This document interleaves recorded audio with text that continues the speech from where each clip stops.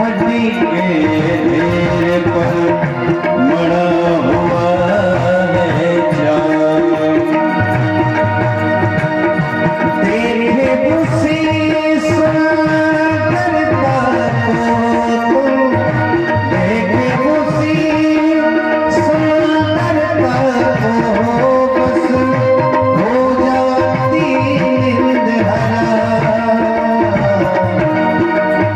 हो जाती बहुत कठिन है,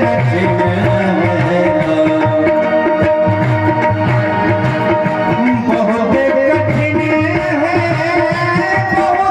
कठिन है, बहुत कठिन है, बहुत कठिन है,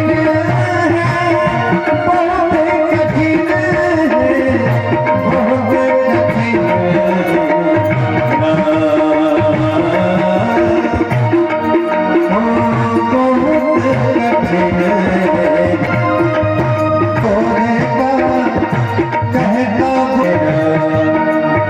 ये माया तेरी बहुत कठिन है। होता क्रोधित तो स्वयं ही, होता क्रोधित स्वयं होती, वाणी बिना लगा, माया तेरी बहुत कठिन है, माया तेरी बहुत कठिन है, माया तेरी बहुत कठिन है। बोलिए गोविंद भगवान की। इसलिए मनुष्य से कि प्रभु आपने दवाई तो बहुत अच्छा बताया, आपके दवा से भक्ति महारानी स्वस्थ भी हो गई, ज्ञान वैराग्य भी स्वस्थ हो गया, लेकिन प्रभु क्या किसी मनुष्य को यह दवा असर किया है क्या? और आप ये अभी बताइए कि मूढ़ा सठाये पशु पक्षिणुद्र सर्वे निष्पापतमा भवन्ति अतो नृलोके ननु नास्ति किंचित् चितस्य शोधा यज्ञलो पवित्रम। बताइए प्रभु, भगवान की कथा सुनने से कैसे कैसे पापी करते हैं? पापी तो है भाई, बिना रोगी के लिए दवा की आवश्यकता क्या? दवा का तो प्रचार हो और किसी रोगी पर असर ही न करे तो फिर उस दवा का क्या महत्व रह जाए? रोगी है इसीलिए तो दवा है, और अगर रोगी ढंग से दवा न ले, शुगर हुआ हो, चिनिया रोग जिसको बोलते हैं अपने आप में, और डॉक्टर कह दे कि आपको मीठा नहीं खाना है, बेटा गया अपने पिताजी को इलाज कराने के लिए और डॉक्टर ने लिखा कि आपको शुगर नहीं खाना है, चावल नहीं खाना है, आलू नहीं खाना है, कोई बात नहीं, अपने घर में नहीं खाना है, पड़ोसी के घर में थोड़े बहुत मना किए। हम उसी दिन से पड़ोसी के घर पहुंच गए, बोले भैया चाय पिला दो एक कप। खाने के टाइम पर पहुंच गए तो भर थरिया चावल भी मिल जाएगा, बढ़िया आलू दम की सब्जी भी मिल जाएगा, 2-4 रसगुल्ला भी मिल जाएगा। और फिर 1 महीना बाद हम डॉक्टर के पास पहुंचते हैं, डॉक्टर साहब ही रोगवा हमारा ठीक है नहीं क्यों? अरे भाई हमने तो दवा अच्छा दिया था, आपने किया क्या? बेटे से पूछा आपके पिताजी का दिनचर्या क्या है? बोले नहीं, घर में तो इनको कोई कुपथ्य का सेवन नहीं कराता। बेटा अगले दिन देखा कि पिताजी पड़ोसी में जाकर के डॉक्टर के बताए हुए विरुद्ध भोजनों को करते हैं। डॉक्टर ने कहा महामहिम, फिर एक नहीं सहस्त्र चिकित्सकों को लगा दोगे तो भी आपका रोग से छुटकारा नहीं मिल सकता। नारद जी कहते हैं कि बताइए प्रभु, के विशुद्ध्यन्ति वदन्तु मह्यम् सप्ताह यज्ञेन कथामयेन कृपालुभिर्लोकहितं विचार्य प्रकाशितः कोऽपि नवीनमार्गः। हे प्रभु, आपने दवाई का नाम तो बढ़िया बताया, कथा सुनो, दुख भी समाप्त हो जाएगा, दारिद्र्य भी समाप्त हो जाएगा, जीवन के पाप भी समाप्त हो जाएगा, क्रोध भी समाप्त हो जाएगा। लेकिन प्रभु क्या किसी का हुआ है, कोई ऐसा व्यक्ति हो जिसको ये कथा सुनने से ये सारे रोग समाप्त हो गए? मनुष्य की सबसे बड़ी रोग क्या है?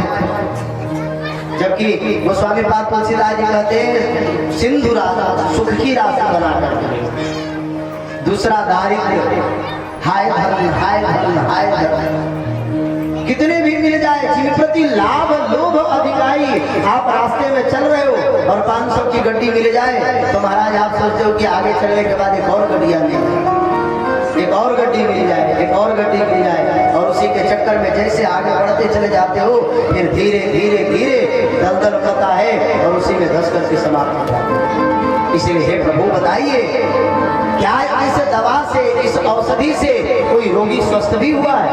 आपने रोग की चर्चा कर दी। पाप रोग है तो भगवान की कथा उस पाप के रोग, पाप रूपी रोग से ग्रसित मनुष्यों को छुटकारा दिलाने की दवा का नाम, औषधि का नाम भगवान की कथा है।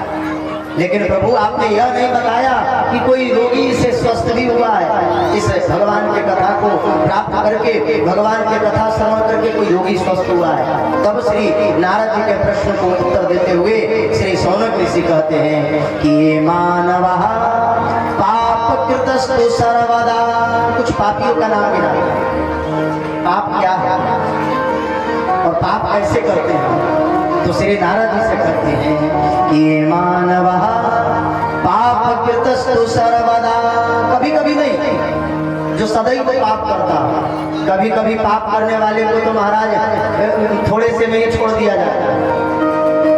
छोटी मोटी अपराध हो जाए तो आपको पुलिस प्रशासन अरेस्ट नहीं करती, कंप्रोमाइज करा करके छोड़ देती। जीवन की गाड़ी सही मार्ग पर चल रही है, बस तटस्थता पूर्वक उसको जोर से पकड़ रही है, आपको जीवन में कभी कोई तकलीफ नहीं होगी। ये शारीरिक ताप, ये शारीरिक प्रतिकूलताएं, ये शारीरिक दुख केवल और केवल शरीर का ताप है, ये आपके आत्मा को प्रभावित नहीं कर सकता है। ये सुख और दुख जीवन के दो तट हैं। अगर नदी के दो तट नहीं होगा तो महाराज नदी नदी नहीं होती। वह दोनों तटों को जैसे नदी बहते बहते अपने गंतव्य को प्राप्त कर जाती है, उसी प्रकार मानव जीवन सुख और दुख दोनों के, सुख और दुख रूपी तटों को पकड़ करके अपने जीवन के परमात्मा रूपी तत्व को अवश्य प्राप्त करती है। इसलिए ये मानव पाप कृतस्तु सर्वदा सदा दुराचारता विमार्गः क्रोधाग्निदग्धा कुटिलास्य कामिनः सप्ताहयज्ञे न कलौ पुनन्ति। कौन जो मनुष्य महाराज सदैव पाप में रत रहता हो? पाप है क्या? बोले दुराचार करना। और दुराचार की परिभाषा क्या है? जो अपने को अनुकूल न पड़े, केवल दूसरों की प्रतिकूलता के लिए किए हुए कर्म को हमारे आचार्यों ने दुराचार कहा है। क्रोधाग्निदग्धा कुटिलास्य कामिनः। क्रोध से लाभ, अनायास किसी व्यक्ति पर क्रोध करना भी एक तरीका का पाप है। आप पाप करो, क्रोध करो, सही समय पर क्रोध करना बड़ी बात नहीं है। कहते हैं अनायास केवल अपने निहित स्वार्थ में क्रोध करना ये पाप। ये मानव पाप कृतस्तु सर्वदा। और पाप है कैसा? बोले सदा दुराचारता विमार्गः। जो अपने मनुष्य जीवन के सुमार्ग का आश्रय न लेकर के कुमार्ग का आश्रय लेता है, वह कुमार्गी है, वह पाप। पंचम स्कंद के अंतिम अध्याय में जब 28 प्रकार के नरकों का वर्णन श्री परीक्षित जी महाराज को सुखदेव जी करते हैं तो कहते हैं कि प्रतिकूल मार्गों को केवल अपने निहित स्वार्थ के भरण पोषण के लिए किसी व्यक्ति को सताना ये पाप कर्म है और उसे नरकगामी होना पड़ता है, चाहे वह भजन करे या मत करे। आगे कहते कि क्रोधाग्निदग्धा कुटिलाश्च कामिनः। जो काम से प्रभावित होकर अपने निहित स्वार्थों से प्रभावित होकर के कुटिलता करता हो वह पापी। भगवान कहते तुम लूले हो हम स्वीकार करेंगे, तुम अंधे भी हो हमें स्वीकार है, तुम बहरे भी हो हमें स्वीकार है। अरे महाभाग आप निर्धन भी हो तो भी परमात्मा उतने ही प्रेम से आपको स्वीकार करते हैं, बशर्ते ठाकुर जी कहते हैं कि कुटिलता को मैं स्वीकार नहीं कर सकता। बड़ी भक्ति की बात करते हो, बड़ी महाराज भजन करते हो, और जहाँ कोई पड़ोसी की बात आती है तो फिर एक दूसरे की कुटिलता करने लगती हो तो इस भजन का कोई प्रभाव नहीं है। गोस्वामी पाद तुलसीदास जी कहते हैं, स्वयं परमात्मा कहते हैं कि निर्मल मन जन सो मोहि पावा, निर्मल मन जन सो मोहि पावा, निर्मल मन जन सो मोहि पावा, निर्मल मन जन सो मोहि पावा, मोहि कपट छल छेद न भावा। मोहि कपट छल छेद न भावा। भगवान कहते हैं तुम निर्धन हो हमें स्वीकार है, तुम दुर्बल हो हमें स्वीकार है। अगर पात्र ठीक नहीं है तो महाराज उसे कोई स्वीकार नहीं करता। विचार करिए बंधु, घर में लड़का के अगुआ आई होते तो घर में जौन बक्सा में निमन निमन बेडशीट होके ओकरे के हाथ में बिछा ले काहे भाई लड़का के क्या मत कर। यही होता है ना। बढ़िया पकवान महाराज कोचस और बगल के आसपास के पड़ोस के बाजार से खरीद कर लाते हैं। पहले इंप्रेशन में महाराज बेटे का विवाह फिक्स हो जाए। बेटे की अगुआ जब आता है या कोई रिश्तेदार आता है तो घर के साफ सुथरे वस्तुओं को हम बेडशीट लगा करके उनकी पलक लावड़ी बिछा करके उसका इंतजार करते हैं। फिर विचार करो, इस जीवन रूपी गृह में परमात्मा रूपी भगवान को लाने के लिए हम न जाने कितने प्रकार की गंदगियों से इसे आच्छादित करते हैं। काम है, क्रोध है, लोभ है, मोह है, दुराचार है। दुराचार का अर्थ केवल ये नहीं कि किसी को बुरे दृष्टि से देखना, जो अपने अनुकूल आचरण न हो, परेशान न समाचरण, वह किसी दूसरे के लिए आचरण नहीं कराना चाहिए। वह दुराचार है। ये नहीं कि महाराज हमें अपने लिए अच्छा न लगता हो चाहे लगता हो और दूसरे के लिए महाराज वही करे। ये क्यों कहा गया है? इसीलिए कहा गया है कि अगर आप किसी दूसरे के जीव का वध करके केवल अपने उदर तुष्टि करते हो तो याद रखना उस पाप के भागी आप बनोगे। और अगर आप बन नहीं सकते हो तो थोड़ा अपने बेटे के हाथ को काट करके और मसाला में भून करके ला करके देखो और अपने बेटे से पूछना कि तुम्हें कष्ट कितना होगा। इसलिए परेशान न समाचार, ये दुराचार। आगे कहते हैं कि क्रोधाग दग्धा कुटिलाश्च कामिना, जो सदैव काम से रत होकर के अपने महत्वाकांक्षाओं के इच्छा से लिप्सित होकर के केवल और केवल उसी में डूबा हुआ हो, वह महाराज पापी है। और ऐसे पापी भी अगर एक बार भगवान की कथा सुन ले तो बोले इस संकल्प से अगर भगवान की कथा सुन ले कि दोबारा वो पाप नहीं करेगा तो निश्चय ही महाराज ये कथा रूपी औषधि उसे फायदा करेगा। आगे कहते हैं ये दंभिका मत्सरिणो विहिंसका सत्येन हीनः पितृमात्र दूषकः तृष्णाकुलश्चाश्रमधर्मवर्जितः ये दाम्भिका मत्सरिणो विहिंसका सप्ताहयज्ञे न कलौ नन्दिते। आगे पाप में कहते हैं कि जो सत्य को छोड़ करके अपने नेत्र स्वार्थ का परिपूर्णता करता है, सत्य को त्यागना भी महाराज पाप है। और सत्य क्या है? धर्म से बड़ा कोई सत्य नहीं हो सकता है। इसीलिए किसी भी परिस्थिति में सत्य का परित्याग नहीं करना चाहिए। जीवन में चाहे लाख प्रतिकूलताएं आ जाए, लाख दुख के पहाड़ टूट जाए, प्रहलाद को मारने वाला उसका बाप था लेकिन फिर भी भगवान का भजन नहीं छोड़ा। भगवान कहते हैं प्रहलाद को किसी दूसरे ने कष्ट नहीं दिया, प्रहलाद को दुख देने वाला उसके अपने पिता, लेकिन फिर भी प्रहलाद ने कभी सत्य का परित्याग नहीं किया। और सत्य क्या है? तो गोस्वामी पाद तुलसीदास जी कहते हैं कि धर्म न दूसर सत्य समान, धर्म न दूसर सत्य समान, धर्म न दूसर सत्य समान, धर्म न दूसर सत्य समान, भाग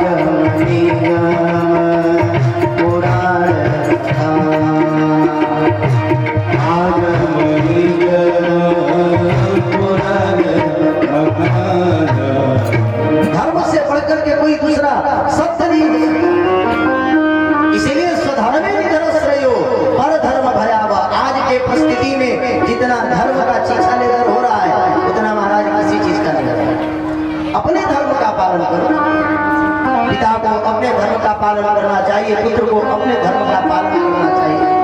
और अपने धर्म का पालन करते करते मनुष्य को अपने धर्म पर मर मिटना चाहिए, लेकिन किसी दूसरे धर्म का आश्रय नहीं देना चाहिए, किसी दूसरे धर्म का छीटा कसी नहीं करना चाहिए। इसीलिए सत्य नहीं रहा पितृ मात्र दूषण। और महाराज पाप क्या है? बोले जीते जिंदगी अपने माता पिता का भरण पोषण नहीं करते,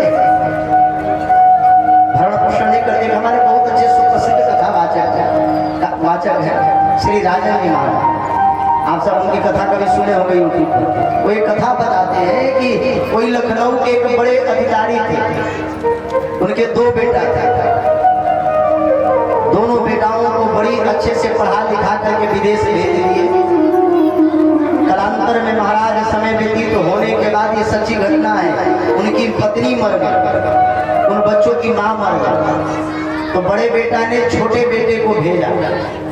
पिताजी ने अपने छोटे पुत्र को देख करके कहा, बेटा बड़े भैया नहीं आए क्या? बोले नहीं नहीं पिताजी। बड़े भैया ने कहा कि तुम माताजी परमपद हुई है, माताजी मरी है तो तुम चले जाओ, और पिताजी मरेंगे तो हम चले जाएंगे। बेटा बाप पिता दुखी होकर के कमरे में गया और जाकर अपना रिवॉल्वर उठाया और एक पत्र लिखा कि बेटा तुम आ ही गए हो तो अब माता और पिता दोनों का श्राद्ध करके चले जाना।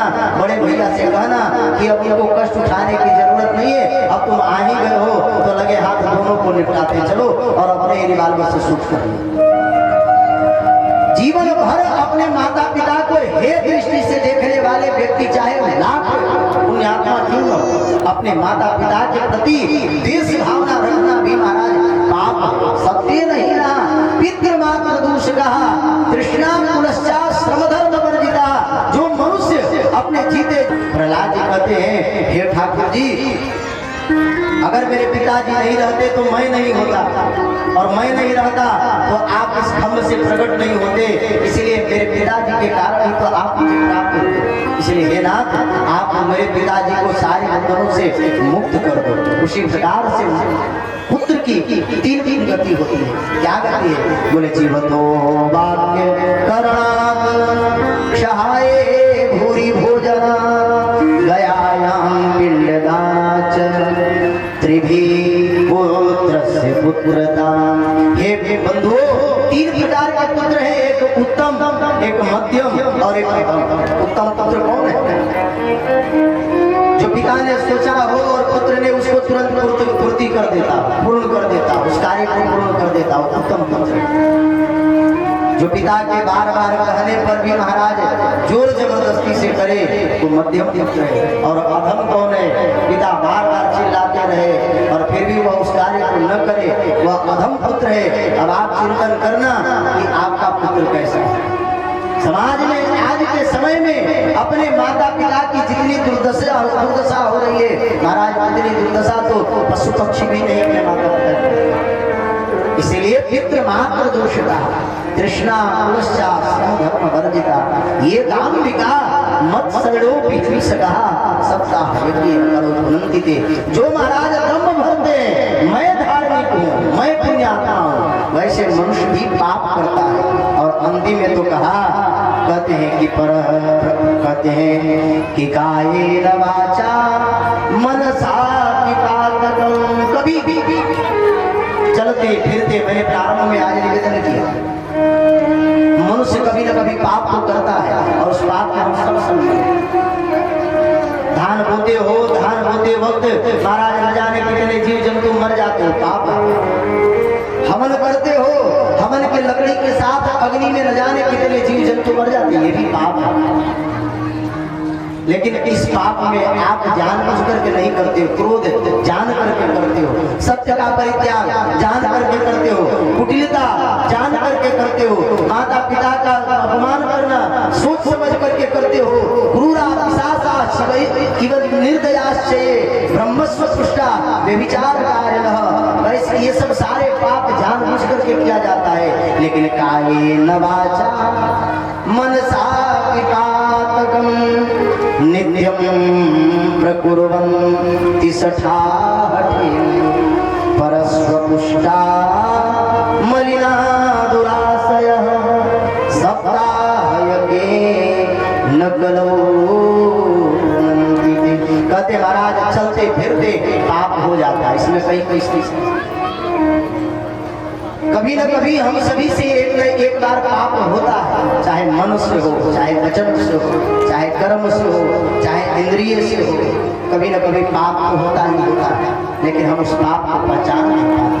कहते कायेन वाचा मनसा विपातकं नित्यं प्रकुर्वन्ति सठाठेन। तो बोले क्या करें महाराज, इससे बचने का अंतिम मार्ग क्या है?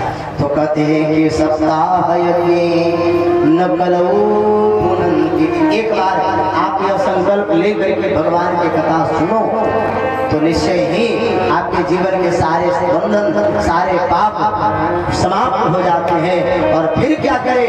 बोले महाराज एक बार की कथा सुनने से क्या हमारे जीवन के पाप समाप्त हो जाते हैं? हो जाते हैं, लेकिन उसके लिए संकल्पित होना पड़ेगा कि हम पाप दोबारा न करें। नहीं तो महाराज कितने फिर गंगा जी के दर्शन करने से सारे पाप समाप्त हो जाते हैं, लेकिन अगर इस भावना से करो कि दोबारा कोई पाप न करें तो महाराज आपको ये असर करेगा। और नहीं तो यहाँ से कथा सुने और रोड पर जाकर के किसी के साथ पटका पटकी कर ले और कहे कि नहीं महाराज जी ने कहा है कथा सुन करके पाप समाप्त हो जाते हैं, तो भैया माफ करना। ऐसे एक नहीं बृहस्पति की कथा भी सुन लोगे तो भी आपको पाप से छुटकारा नहीं। नारद जी ने कहा कि प्रभु कोई तरह है क्या? बोले आत्मदेव नामक ब्राह्मण स्रोत स्मार्त के परम विद्वान था महाराज, पुत्र नहीं था। महात्मा की कृपा हुई, महात्मा ने एक फल दिया, जाओ पत्नी को खिला देना। महात्मा ने कहा ये पुत्र तुम्हारे लिए सुख का कारण नहीं बनेगा। सप्त जन्म च कहते हैं, सप्त जन्मावधि तव पुत्रो नैव च संतते सगरो दुख मपा दुख मवा तुम्हारे लिए पुत्र सुख का कारण, और पुत्र को भी सुख दे सकता है। बैंक में आप जितना पैसा रखोगे बैंक उतना ही इंटरेस्ट आपको देगा, उससे ज्यादा नहीं देगा। अब आप दूसरे के खाता के इंटरेस्ट, दूसरे के खाता का लाभ अगर आप लेना चाहते हो तो बैंक नहीं दे सकता, पुत्र कभी सुख नहीं दे सकता। पुत्र तो केवल संवेदना दे सकता है, पुत्र तो केवल व्यवहारिकता निभा सकता है। कमर में दर्द हो और आप अपने पुत्र से कहो कि महाराज मैं आपको आपका बाप हूँ, आपको जन्म दिया है, आपका पालन पोषण किया है, आपका भरण पोषण किया है, आप मेरे कमर के दर्द को हरण करो। पिता हरण कर सकता, पुत्र हरण कर सकता है? नहीं पिताजी ये तो आपको दर्द है, मैं एक चिकित्सक को दिखा सकता हूँ, आपके दर्द का हरण कैसे कर सकता हूँ? इसीलिए हे पिताजी मैं नहीं हरण कर सकता। उसी प्रकार आत्मदेव जी महाराज को महात्मा ने कहा कि आपको पुत्र की प्राप्ति नहीं होगी, और जो पुत्र मिलेगा, जिस पुत्र से आप सुख देखना चाहते हो, वह पुत्र भी आपको सुख नहीं दे सकता। बोले महाराज मैं कुछ नहीं जानता, मुझे पुत्र चाहिए। महात्मा ने फल दिया और फल देने के बाद कहा जाओ पत्नी को खिलाना। पत्नी का नाम था धुंधुली। देवी खा लो। बोले नहीं गर्भ रहेगा तो फिर महाराज जी मेरे घर की सारी संपदा मेरी ननंद लेकर के चली जाएगी, इसलिए मैं फल नहीं। बहन ने आकर के उल्टा पुल्टा पाठ पढ़ाया, और पाठ पढ़ाने के बाद कालांतर में 2 पुत्र जन्म हुए। एक ने उस फल को, महात्मा के दिए हुए फल को धुंधली ने गाय को दे दिया, और गाय को देने के बाद महाराज समय कालांतर में महाराज गाय ने भी एक पुत्र रूपी बछड़े को जन्म दिया, बछड़े रूपी पुत्र को जन्म दिया। और कालांतर में अपने बहन के पुत्र को लेकर के आत्मदेव को कहती है कि मुझे भी पुत्र हुआ है। श्री सोनक महाराज सूर्य जी से महाराज से कहते हैं कि भाग्योदयोधुनाय आत्मदेवस्य कारणं गोकर्णो पंडितो ज्ञानी धुंधुकारी महाकल। कालांतर में 2 पुत्र उत्पन्न। गलत मार्ग से संचयित कहते हैं हमारी संतति भी दुख का कारण बनता है। जरूरी नहीं कि धर्म में मंदिर में बैठने वाले सभी लोग सात्विक ही, महात्मा ने जब फल दिया, उस फल के परिणाम से जो पुत्र हुआ, वह पुत्र महाराज बड़ा अद्भुत था, सत्संगी था, सत्कर्मी था, बचपन से ही भगवान का भजन करता था। सूत जी महाराज कहते हैं कि काले पुतौ जातौ तरुणौ तनया बुभौ गोकर्णः पंडितो ज्ञानी धुंधुकारी महाखल। कहते हमारे यहाँ कहावत भी है, होनहार विद्वान के होते चिकने पाप। सज्जन पुरुष के बचपन के लक्षण ही बता देता है कि सज्जन है कि दुर्जन है। आत्मदेव को कालांतर में 2 पुत्र की प्राप्ति हुई और 2 पुत्रों में एक अच्छा धर्मात्मा हुआ और एक महापापी। एक महापापी और जब पापी हुआ तो महाराज उसका कर्म क्या था, थोड़ा ध्यान से समझिएगा। आज के समय में सब धुंधुकारी, एक धुंधुकारी रहता तो महाराज मुक्ति हो जाती, लेकिन आज तो घर घर में धुंधुकारी है। धुंधुकारी क्या करता था, तो उसके गुणों का वर्णन किया है। कहते स्नान शौच क्रियाहीन दुर्भक्षी क्रोधवर्धित। क्या करता है आज के मनुष्य, क्या करता है, स्नान शौच क्रिया से विहीन होकर के अपना जीवन यापन करता है, समय से नहाता नहीं है, बिना नहाए कुछ भी भक्षण करता है, धुंधुकारी नहीं करता। जन्म लेने के बाद जब बड़ा हो गया तो पिताजी कुछ कहते थे, करता कुछ था। आज के समय में ऐसे ही पुत्र होते हैं। लक्षण बताया है, कहते स्नान शौच क्रियाहीन, कभी समय से स्नान नहीं करता, कभी महीनों महीनों स्नान नहीं करता था, जो नहीं खाना था उसको भी भक्षण करता था, दुर्भक्षी क्रोधवर्धित। समाज में श्रेष्ठ वर्ग, आज के समय में जाति पात की बात चर्चा हो रही है बंधु, मैं इस सब पर ज्यादा बोलता नहीं, लेकिन देखने को मिलता है समाज में, हम फलाने जी हैं, हम ढिमके जी हैं। समाज के उच्च वर्ण अगर आप हैं तो आपका व्यवहार भी उच्च वर्ण जैसा होना चाहिए, आपका कर्तव्य भी उच्च जैसा होना चाहिए। आप बिल्डिंग चाहे लाख अच्छा बनवा दीजिए, बढ़िया उसमें टाइल्स मार्बल्स लगा दीजिए, लेकिन अगर उस बिल्डिंग पर छत नहीं होगा तो उस बिल्डिंग में महाराज एक भिखारी भी नहीं है। इसलिए समाज के उच्च वर्गों को अपने शास्त्र निहित धर्म कर्तव्यों को जानना चाहिए और उसी कर्तव्यों का पालन करना चाहिए, क्योंकि वो समाज के श्रेष्ठ वर्ग है। लक्षण क्या है धुंधुकारी का? आज के समय में एक धुंधुकारी होते तो चल जाता, आज के समय में तो घर घर में धुंधुकारी है। धुंधुकारी का लक्षण क्या है, तो कहते हैं कि स्नान शौच क्रियाहीन दुर्भक्षी क्रोधवर्धित, अनायास क्रोधित हो जाता। जो अभक्ष भक्ष्यों का सेवन करना, जबकि मानव शरीर इसके लिए नहीं मिला। मानव शरीर मिला है भगवान के भजन के लिए। नृदेह माध्यम सुलभम सुदुर्लभम प्लवम सुकल्पम गुरुकर्ण धारम, किसी सत महापुरुष का आश्रय लेकर के, किसी महापुरुष का आश्रय लेकर के हमें भगवत धाम को प्राप्त कर लेना चाहिए। साधन धाम मोक्ष कर द्वारा इस शरीर रूपी साधन का आश्रय लेकर के परमात्मा रूपी धाम तक हमें पहुंचना चाहिए, लेकिन मनुष्य नहीं कर पाता।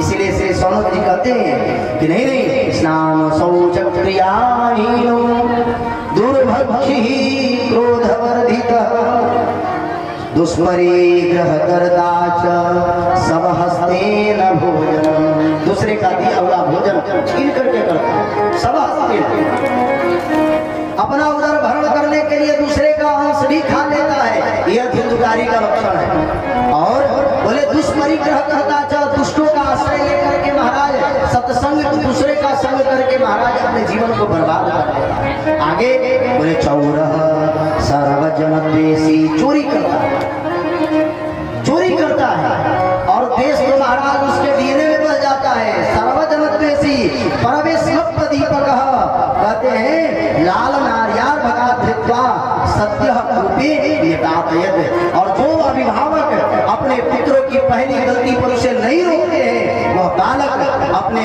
अभिभावकों के लिए ही महाराज मृत्यु का कारण बन जाता है। आत्मदेव जी बार बार समझाते, लेकिन माता धुंधली अपने पुत्र के दुर्व्यवहार पर कभी खफा नहीं हुई। परिणाम क्या हुआ, एक दिन कहते हैं कि अपने पिता को ही डांटने लगा, मारने लगा, अपने पिता की ही बातों को काटने लगा। पिताजी समझ गए कि अब इस घर में रहने लायक नहीं। उस श्रेष्ठ व्यक्ति के लिए वह घर शमशान के समान है, जिसके घर में उससे कम उम्र के बच्चे उसकी बातों को काटने लगे। उस घर में ज्यादा समय नहीं रहा। भागवत शास्त्र जब अपने से उम्र में कम, जब अपने से उम्र में अवस्था में छोटे व्यक्ति अपने से बड़े व्यक्तियों की बात काटने लगता है तो महाराज मनुष्य को उस घर का तुरंत परित्याग करना चाहिए। आत्मदेव से सीखना चाहिए। आत्मदेव जी को जैसे ही धुंधुकारी ने कष्ट दिया, धुंधुकारी के बातों को सुनकर के महाराज आत्मदेव जी समझ गए कि अब घर छोड़ने का समय आ गया।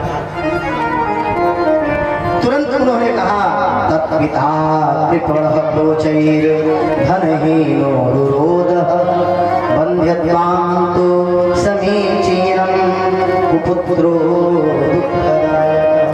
तब आत्मदेव जी अच्छा जब ठोकर लागे लगा तब मनुष्य को बुझाला कि ये मार्ग अपने लिए अनुकरणीय नहीं।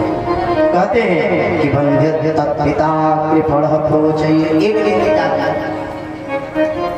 दूसरे का धन लुटता था, एक दिन पकड़ा गया। जब धन नहीं मिला तो अपने पिता का धनापहरण किया, धन लूट लिया। और पिता ने जब मना किया तो कहते हैं एक पात्राणी स्वयं अपने हाथों से अपने पिता आत्मदेव के ऊपर हाथ चलाया। और जब हाथ चलाया तो आत्मदेव को मृत्यु के समान संभावित जाकर की मरणादतिरिच्यते। श्रेष्ठ व्यक्ति की शारीरिक बद्धता ही बद्धता नहीं है। बोले श्रेष्ठ व्यक्ति के अपमानित कर देना भी मृत्यु के समान होता है। एक दिन वैश्याओं के संग करके कुछ मदीने का पान करके अपने पिता आत्मदेव जी को बड़ी डंडा से मारा। जिस पुत्र के लिए पिताजी मरने जा रहे थे, आज उस पुत्र ने अपने पिता को अपने हाथों से बहुत मारा है। और मारने के बाद महाराज कष्ट हुआ, और कष्ट होने के बाद आत्मदेव जी कहते हैं तत्पिता कृपणः प्रोचैर धनहीनो रुरोधः बन्ध्यत्वां तु समीचीनं कुपुत्रो दुःखदायक।